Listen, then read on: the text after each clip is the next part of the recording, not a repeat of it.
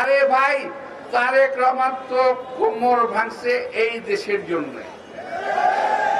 আর আপনাদের তো একটা লোমও ছিঁড়া যায় না শরীরে। আপনার শরীরে একটা লোম ছিঁড়ছিল কেউ? তারেক রহমানের তো ছিঁড়ছে। এখন ওই তারেক রহমান আপনাদের হিংসার কারণ হয়ে গেছে। এখন আপনারা বলেন তারেক রহমান সাহেব দেশে আসে না কেন? অনেকে বলেন উনি সময় মতো দেশে আসবেন, কেউ ওনাকে আটকে রাখতে পারবে না। তবে আজকের এই অবস্থায় আপনাদের কথার কারণে মনে হচ্ছে, আমার মনে হচ্ছে তারেক রহমান সাহেবের জীবন এখন হুমকির মুখে। আপনাদের কাজ করবে মনে হচ্ছে আপনারা তারেক রহমান সাহেবকে সহ্য করতে পারছেন না। আপনারা সহ্য করতে পারেন বা না পারেন, আমাদের অ্যাক্টিং চেয়ারম্যান তারেক রহমান তার সুযোগ ও নেতৃত্বে দেশকে এগিয়ে নিয়ে যাবে, দলকে এগিয়ে নিয়ে যাবে। মনে রাখতে হবে, বিএনপি ছাড়া বাংলাদেশ কখনোই বিএনপি ছাড়া কারো হাতে নিরাপদ নয়। এই তারেক রহমানের পিতা আমাদের নেতা শহীদ রাষ্ট্রপতি জিয়াউর রহমান দেশকে স্বাধীন করেছিলেন যুদ্ধ করে। কোথায় ছিলেন চরমোনাই জামাত ইসলাম সাহেব? আপনারা লম্বা লম্বা কথা বলেন।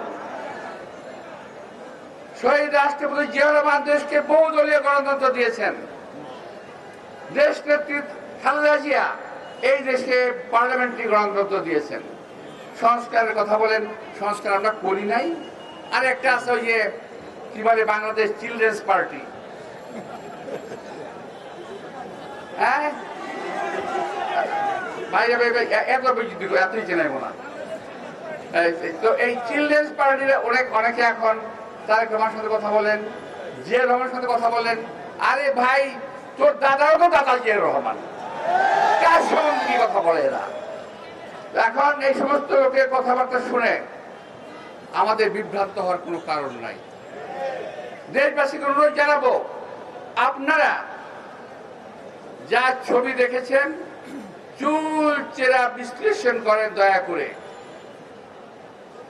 বিএনপিকে অযথা কেউ যদি আসামির কাঠ করে দাঁড় করানোর চেষ্টা করে, দয়া করে আপনারা সেটা মেনে নেবেন না।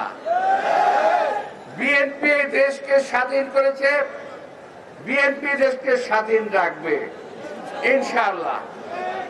আর বিএনপির ভাইদেরকে অনুরোধ জানাবো, দয়া করে আপনি একটু খোঁজখবর করে দেখেন আপনার ডাইনে বায়ে যদি কোনো চোর ডাকাত বদমাইশ থেকে থাকে, এদেরকে একটু চিহ্নিত করেন এখন থেকে।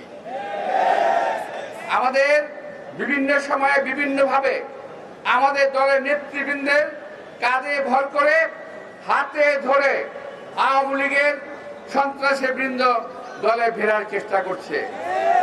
তারা যে কোনো সময় যে কোনো অপকর্ম করবে, এটা থেকে সাবধান থাকবেন।